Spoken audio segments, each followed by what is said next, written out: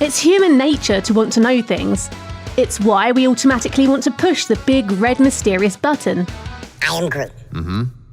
I am Groot. Uh-huh.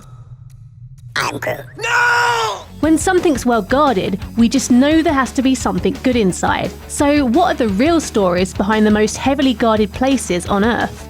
The Pionen data center.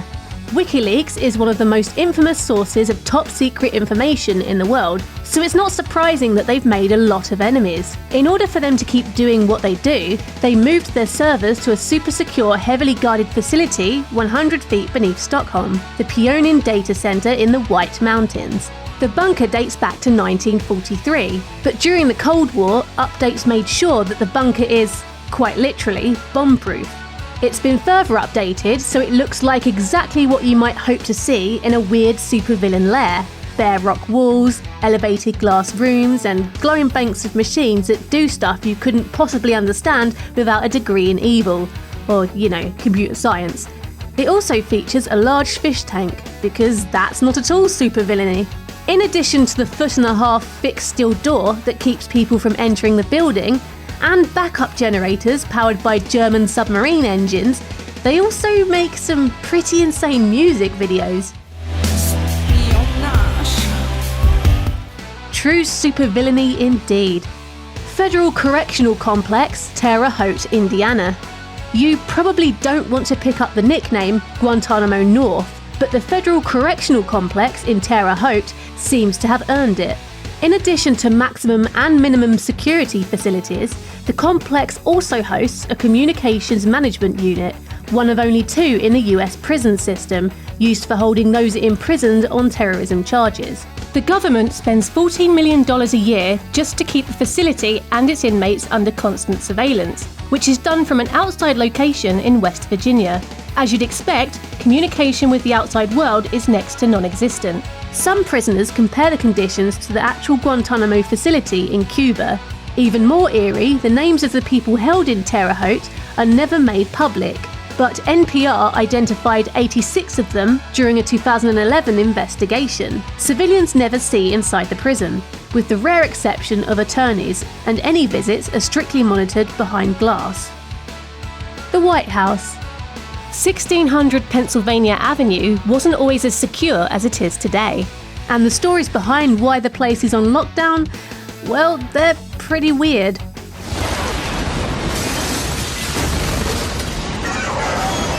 President Teddy Roosevelt used to meet with visitors that came knocking, but security nixed that when a visitor was acting strangely and had to be escorted out.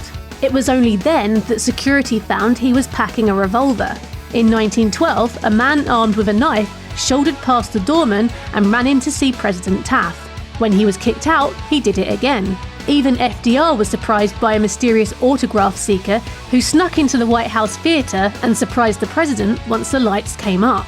Still, security didn't prevent an unwanted visitor when, in 1985, someone snuck into the White House while Ronald Reagan was taking his oath of office. He had about 15 minutes of alone time exploring the presidential mansion before anyone caught on. That's about 15 minutes too long for any old weirdo to just wander around the president's house. Still, the man in charge occasionally opens the doors for a high five from Superman. High five. That's The Forbidden City. There's not too much that's actually forbidden about China's tourist-friendly Forbidden City today, but visitors really only see what's open to the public. There are still plenty of sealed rooms that are strictly off-limits. Security is also tight, and that's not surprising given the treasures that are housed there.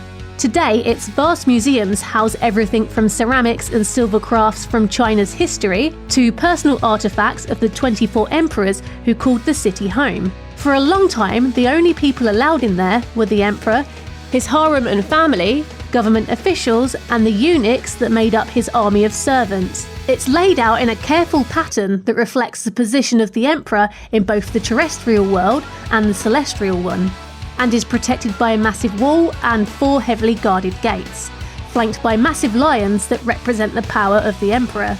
Today, the lions have good company. Hundreds of stray cats have moved in and are in charge of keeping the city free from mice and rats. They seem to be very well fed. The Vatican Secret Archives. According to those who have visited the Vatican Secret Archives, the insides look pretty much like an out-of-date library. Most of the technology is appropriately archaic for a storehouse of some of the most important documents in religious history, but it's not without some modern amenities. Priceless manuscripts are housed in centuries-old cabinets and 52 miles of shelves, and there's no way of telling exactly what's in there, even though the Vatican Secret Archives aren't as secret as they once were. Still, there's an absolutely 100% restricted area that not everyone is allowed into, which includes the private documents of cardinals dating from 1922 to the present day, and the personal documents of every pope since 1939. Academics, scholars, and Tom Hanks can apply to be allowed into the main archives. I need access to the Vatican archives.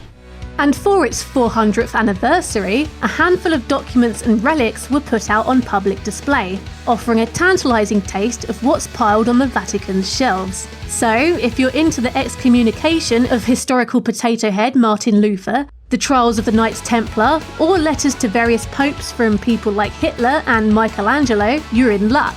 If you want to see fancy stuff from the last 100 years or so, you'll just have to become a pope. Why? Because it's God's secret. Thanks for watching. Click the grunge icon to subscribe to our YouTube channel. Plus, check out all this cool stuff we know you'll love too.